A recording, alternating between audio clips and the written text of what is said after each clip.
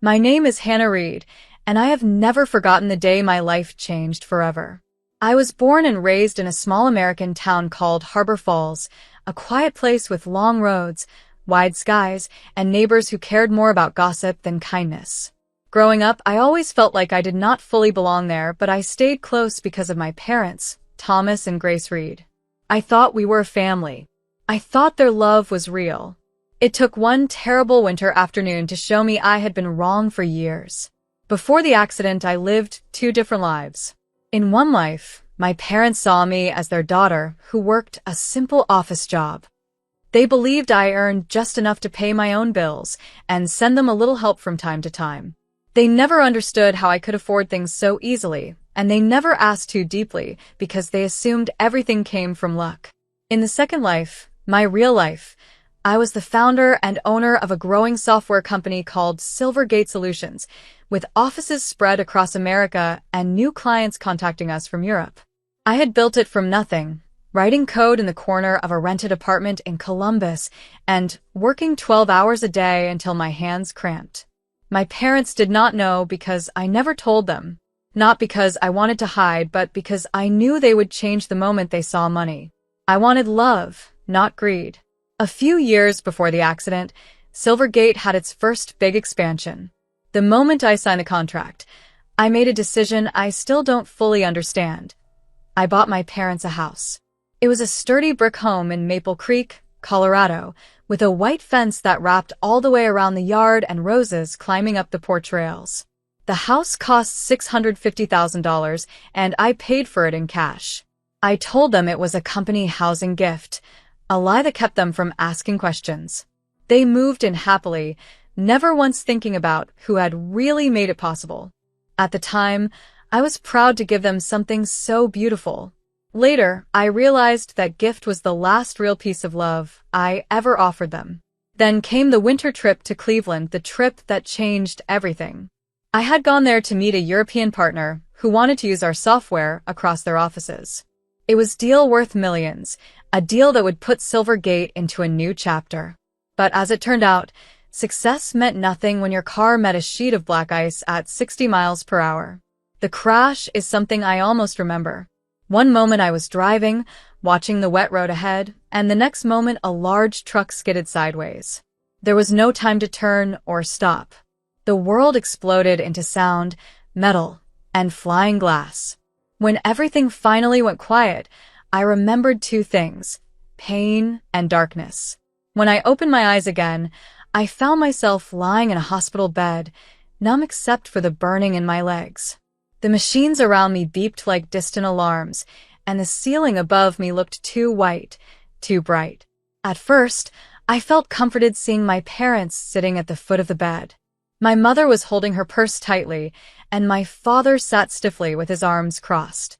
I was scared and exhausted, but I still believed they were there because they loved me. That belief shattered quickly. My mother looked at me with the same expression she used when she was disappointed in something trivial, like a dirty dish or a late bill. "Hannah," she said sharply, "this is a problem. You lost your job. You had one thing to do, and you failed." Her words hit me harder than the crash. I blinked at her in confusion. My voice came out cracked. I didn't lose my job. I had an accident. My father's expression did not soften. "You can't work like this," he said. "You'll be weak for months, maybe years. We can't take care of you. We're not rich, and we can't carry someone who can't help us. You were supposed to help us, not become a burden." I stared at them, speechless.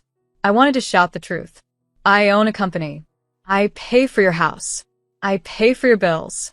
I paid for your last vacation. I made your life easier than you ever made mine." But the words stayed trapped in my throat, stopped by shock and heartbreak. They stood up without another word. My father grabbed his coat, and my mother pulled her purse strap across her shoulder. She didn't touch me. She didn't even look at me one last time. They started walking toward the door, as if they were leaving a restaurant, not their injured daughter's bedside. "We're leaving," my father said coldly. "You aren't helpful anymore." Then they walked out. The door swung shut behind them. They never looked back. A nurse named Lena, a young woman with gentle eyes and a soft voice, came into the room a few moments later. She took one look at me, my shaking hands, the tears I hadn't even noticed yet, and hurried to my side. "Oh, honey," she whispered. "Are you okay?" I wiped my face with the back of my hand, embarrassed even though she had done nothing but care. "I'm fine," I lied. "It's just now I know who my parents really are." She didn't say anything. She only squeezed my hand and let me cry quietly until the tears stopped by themselves. That night, I lay in the dark hospital room listening to the steady beeping of the machines. Every beep felt like a reminder that I was alive, not because of them, but in spite of them. I thought about the house in Maple Creek. I thought about the years I spent trying to earn their love. And I realized something painful and simple. I had been paying for a place in their hearts for so long that I didn't know what it felt like to stop. But in that cold, quiet room, I made a decision. A real one. I was done begging for love that felt like a bill I had to pay. I was done living my life as their silent provider, and I was done pretending to be smaller than I was. They had walked away. Now it was time for me to walk forward. The morning after my parents walked out of my hospital room was strangely quiet. The machines hummed softly beside me, and weak winter sunlight came through the window, falling across the white sheets like a thin layer of gold. My body felt heavy, my legs hot and achy, but my mind was clearer than it had been in years. Pain can do that. It strips away every excuse, every illusion, and leaves you with nothing but truth. And the truth was simple. I had spent my entire life giving everything to people who would never give anything back. My hands trembled when the nurse placed my phone in them, but the shaking wasn't from the injury. It was anger. It was clarity. It was the feeling of standing at the edge of a bridge and finally realizing the only way forward was to cross it alone. I called Ethan Cole, my general manager, and the man who had stood by me since the early days of Silvergate Solutions. When he answered, his voice was gentle, almost fatherly, something I had never received from the man who actually raised me. "Hey, boss," he said, cautious but kind. "I heard about the accident. Are you okay?" "I'm alive," I said. "That's enough for now. Ethan, I need you to do something for me. Anything." And I knew he meant it. "You know the house in Maple Creek," I said. "The one my parents live in?" "Yes," he answered, his voice tightening. "The one under your name." "Sell it." My voice didn't waver. "Sell the house. As soon as possible. I want every dollar wired to my personal account." There was a short silence. I could almost picture him pushing up his glasses and frowning. "Are you sure?" he asked gently. "I know what that house meant to you." I closed my eyes and saw my mother's face twisted with judgment, my father's cold stare. "You aren't helpful anymore." The words replayed like a broken recording.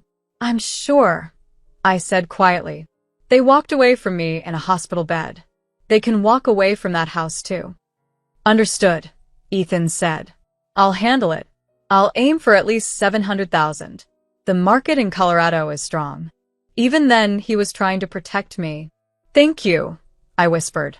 For weeks, I stayed in the Cleveland hospital, healing slowly. My doctor, Dr. Emily Ross, was a calm and determined woman who reminded me of a mountain, steady, unshakable, patient. She checked my spine, checked my strength, and reminded me daily that the road ahead would be long but worth it. "You've suffered a serious spinal injury," she said one morning, looking me directly in the eye. "You will walk again. But you must commit to the work. It won't be easy." Nothing in my life had ever been easy, so I nodded. "I'll do whatever I need to do." Between physical therapy sessions and long nights staring at the ceiling, I waited for Ethan's updates. 2 weeks later, he called. "We got an offer," he said. $715,000. Clean sale.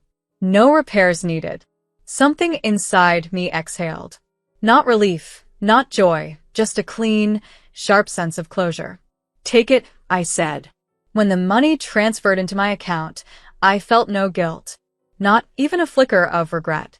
All I felt was a steady calm, the kind that comes when you finally pull the last thorn from your skin. A few days after that, when Dr. Ross told me I was strong enough to leave the hospital, I made another decision. "I'm moving," I told Ethan when he visited. "To New York City. I want the best treatment. And a fresh start. He nodded without hesitation. I know someone in Brooklyn, he said. A real estate agent named Natalie Price. She's honest. I'll connect you. Within 3 weeks, I had seen 4 different apartments across the city. Manhattan's loud energy, Queens' quiet corners, the chaotic spark of the Bronx. But it was in Brooklyn Heights that I felt something settle inside me, something like peace. The apartment was part of a restored brownstone with tall windows and warm wood floors that glowed in the afternoon sun. There was a small balcony that overlooked a quiet street lined with maple trees, and from the corner of the balcony, if you leaned just a little, you could see the Manhattan skyline stretching out like a promise.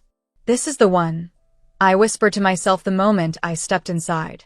It cost $1.2 million, but I paid it without hesitation. My savings, the sale of the Maple Creek house, and a small old account holding pounds from a past deal with a London bank all came together to build my new home. And for the first time in my life, the home was mine, not a gift to someone else, not a reward for someone's approval, not a way to win love that would never come. It was mine. I hired a physical therapist named Caroline, a strong but gentle woman who pushed me harder than anyone ever had. She came to my apartment 3 times a week, guiding me through exercises that made me sweat, cry, and sometimes curse. But every time I took a step without grabbing the wall, every time I stood for a few seconds longer than before, I felt pieces of my strength returning. At night, when the city outside hummed softly, I worked from my laptop. Silvergate moved forward, whether I limped or walked. Payments came in, $50,000 from a Chicago firm, $120,000 from a client in Denver, $300,000 from a tech group expanding into Europe. These numbers no longer made me dizzy with excitement.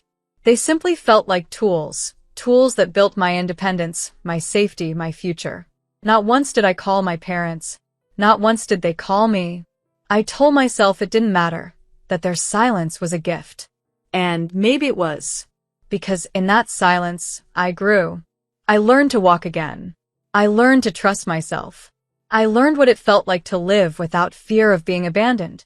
3 months after moving to New York, I stood on my balcony as the sun set behind the skyline. The breeze brushed my face, carrying the sounds of distant cars and the smell of street food drifting up from the corner. I placed my hand on the railing, feeling its steady weight. For the first time in a long time, I felt free, and yet, somewhere deep inside, I knew the past wasn't finished with me. Not yet. 3 years passed like a long exhale I didn't know I had been holding. When I look back on that time now, I see it as a quiet rebuilding of my life, piece by piece, strength by strength, step by step. New York City became more than a place to hide. It became a place where I grew into the woman I had always been too scared to be. The city was loud, restless, and unapologetic, and somehow that energy worked its way into my bones, waking up parts of me that had been asleep for too long. By the time my 3rd year in Brooklyn began, my legs were stronger than ever. I still had scars, and sometimes a deep ache would settle into my spine after long hours at the office, but I walked without fear now. I walked with purpose. The physical therapist, Caroline, once told me that healing isn't only about the body, it's about the mind deciding it deserves to move forward. After everything I had survived, I believed her. My career moved forward even faster than my body did. Silvergate Solutions had grown into something bigger than I ever imagined when I was writing code in a tiny apartment in Columbus. Our main office in Midtown Manhattan was sleek and bright, with glass walls that made the space look like it was floating in air. People passed me in the hallway and greeted me as Ms. Reed, unaware that I was the reason the company existed in the first place. I preferred it that way. Anonymity was a kind of safety, power without attention, influence without exposure. One of the people who made those long office days easier was Jenna Morris, a graphic designer who worked in our building. Jenna was the kind of person whose laughter filled a room long before her body did. She had a habit of handing me cinnamon coffee every Monday morning and saying things like, "If we don't keep the caffeine flowing, the world will collapse, Hannah." She dreamed of traveling to Europe one day, Paris, Dublin, Florence. She'd talk about it endlessly. "Maybe we could go together," she said once. "A girl's trip." Something fun. Something big. We'll see, I answered with a small smile. I'm still learning how to breathe outside Harbor Falls. She didn't understand the full meaning of that sentence, but she didn't press me either. At home, my quiet world was held together by small routines. In the evenings, I often saw Lucas Grant, my neighbor, sitting on the front steps of our brownstone with his guitar. He was a gentle presence. He didn't ask for anything from me. Sometimes he'd nod and say, "Evening, Hannah." Sometimes he'd play soft notes that floated down the street like warm wind. He never asked about my past, and I never offered it. But his simple kindness reminded me there were still people in the world who didn't walk away when things were hard. Silvergate grew fast during those years. We opened a small office in Boston, partnered with firms in Berlin, and even received interest from a finance team in Madrid. I traveled to meetings, wrote proposals late into the night, and signed contracts that moved hundreds of thousands of dollars across borders. Every time I saw those numbers, I felt a small spark inside me, a spark that whispered, "You built this." Without them. Without anyone's approval. For a long time, I believed the past was behind me. That belief began to crack the day Ethan arrived in New York for a quarterly meeting.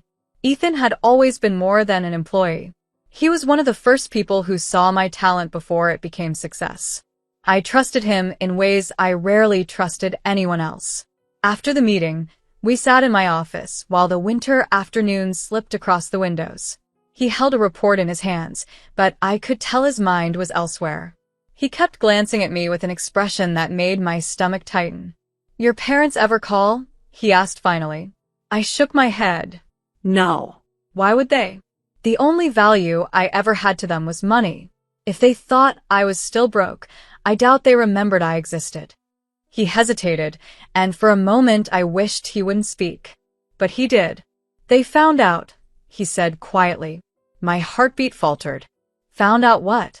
"That you own Silvergate," he said. "One of your old classmates from Harbor Falls owns a small shop there now.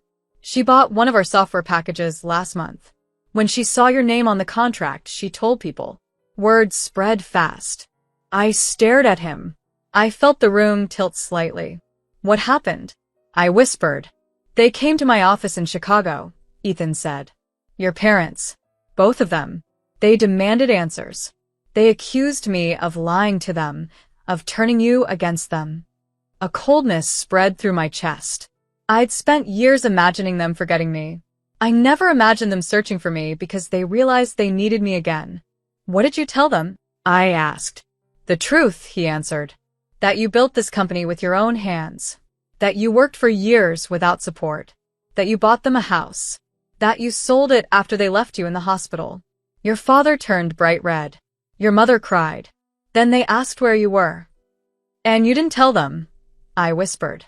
"No," he said firmly. "Because you deserve peace." I looked out the tall window beside me. The New York skyline glowed in the fading light, the city stretching on forever. But in that moment, I felt trapped in the past again, like the hospital room door had never fully closed. "So they know," I said. "They know everything they threw away." That night, when I walked through the crowds of Manhattan, every face looked like a memory. Sometimes, in the middle of the street, I thought I saw my mother's eyes watching me. Sometimes I heard my father's sharp tone whenever a stranger raised his voice at a taxi driver. Trauma doesn't leave quietly. It lingers like a ghost in familiar shadows. But life kept moving forward. I kept moving forward. Weeks passed. Silvergate had its best quarter yet. My body grew stronger. My steps grew steadier. I laughed more with Jenna. I listened to more music from Lucas's guitar. I built a new life, one day at a time. For a little while, I believed the storm had passed. But deep down, some quiet part of me knew better. The past doesn't disappear when you decide to move on. It waits. And soon it was going to knock on my door. It was a rainy Thursday evening in Brooklyn when my past finally caught up with me. I had just come home from a long day at the office, the kind of day filled with back-to-back meetings, new proposals, and endless messages from our partners in Europe. My shoes were soaked from the puddles gathered along the sidewalks, and my hair was damp from the mist that followed me all the way from the subway station. I slipped off my coat, hung it on the hook near the door, and walked into my kitchen, feeling the quiet of my apartment settle around me like a warm blanket. I made tea the way I always did, peppermint, with a dash of honey and a moment to breathe while the steam rose. The city outside my windows buzzed faintly, a soft hum beneath the sound of rain tapping gently on the glass. I was tired, but it was a peaceful kind of tired, the kind that comes from knowing you earned your rest. I had my cup in hand and was about to sink into my couch when it happened. 3 slow, heavy knocks. They weren't polite knocks. They weren't friendly or familiar. They felt like a warning, like someone was waking up a ghost that I had buried years ago. My heart tightened in my chest. For a moment, I wondered if it was Lucas asking for help carrying groceries upstairs or Jenna showing up with her usual burst of cheer. But something about the sound, deep and steady, told me this wasn't either of them. I set my tea on the table and walked toward the door, each step slow and cautious. When I reached it, I didn't open it right away. Instead, I pressed my eye to the peephole, and there they were. My mother, Grace Reed, standing in a soaked coat with her hair flattened by rain. She looked smaller than I remembered, as if life itself had folded her inward. Next to her was my father, Thomas Reed, his shoulders hunched, his gray hair plastered against his forehead. Their faces were pale, tired, worn down not by time alone, but by something that looked suspiciously like desperation. It felt like the floor beneath me shifted. For 3 years, I had built a life far from them. A life filled with work, with slow healing, with small joys and new people who cared in ways my parents never had. Seeing them again was like being dragged back into a story I thought I had already finished. I opened the door only a few inches and kept the chain locked in place. My mother gasped softly, her hand rising to her mouth. "Hannah," her voice cracked as if the sound of my name broke something inside her. "Baby, it's you. Thank God." My father didn't cry. He never did. But his eyes narrowed as he looked past me into the warm glow of my apartment. "So this is where you've been," he said, his tone sharp even now. "In New York City. In some fancy place while we suffered." The words made my stomach twist. I stared at them both, unable to believe how quickly they turned themselves into the victims of a story where they were the ones who walked away first. "You suffered?" I asked quietly. "You left me in a hospital bed. You told me I wasn't helpful anymore." My mother reached toward the narrow opening of the door, as if she could press her way inside through pity alone. "We were scared," she said quickly. "We didn't know what to do. You said you lost your job. I never said that." I cut in. "We thought," she stumbled over her words. "We thought you couldn't help us anymore. We didn't know you were," she swallowed hard. "We didn't know you had all this money." A bitter laugh escaped me. Right.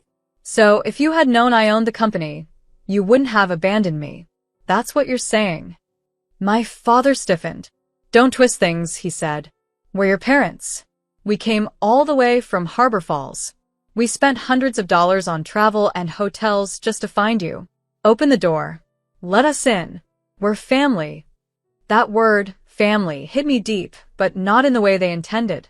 It reminded me of the people who had stood beside me when I was truly alone. Lena, the nurse who held my hand when I cried in the hospital. Ethan, who sold their house without question and shielded my truth when they came demanding answers. Jenna, who brought soup to my door when I had the flu and made me laugh on days when my spine throbbed.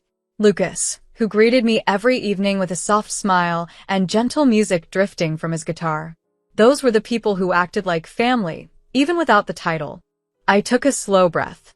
The rain outside grew louder, becoming a steady drum against the building. "No," I said softly but firmly.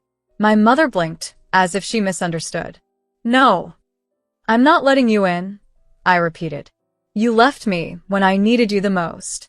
You didn't visit. You didn't call. Not once. And now you're here because you found out I'm wealthy. That's not love. That's need." My father's face tightened into anger. "We are your parents," he said sharply. "We gave you life. And I gave you a house," I answered. "I paid your bills. I gave you everything I could. And you still threw me away." My mother's voice broke. Please, Hannah, just talk to us. We're sorry, Truly. Are you sorry you left me? I asked. Or sorry that you no longer have access to the benefits of having a successful daughter? She had no answer. My father stepped forward, his voice rising. If you shut us out now, don't you ever come back. You're not our daughter anymore. His words didn't stab me the way they once would have. They didn't cut. They didn't wound. Instead, they freed me. I know, I whispered. You made that clear years ago. I closed the door slowly. Their silhouettes disappeared behind the wood. I slid the chain off and turned the lock. For a moment, I stood there, my hand still resting on the knob, the echo of their voices fading with every passing second. My mother's crying drifted down the hallway. My father's muttering grew distant. Then all that remained was the rain. Inside my own home, I walked to the window and looked out at the wet street below, cars crawling by with headlights glowing, people hurrying under umbrellas, the city alive in its own determined rhythm. I thought of all the years I stood outside the metaphorical door of their hearts, begging for a love that never showed up. But I wasn't outside the door anymore. I was inside. This home, bought with dollars I earned, built with my own strength, was mine. My company reaching across America and into Europe was mine. My future, scarred but steady, was mine. My parents had cast me out long ago. But this time, I closed the door myself, not from hate, but from self-respect. My name is Hannah Reed. I am a woman. I am the author of my own life, and I choose who gets to stand at my door and who never gets to step inside again.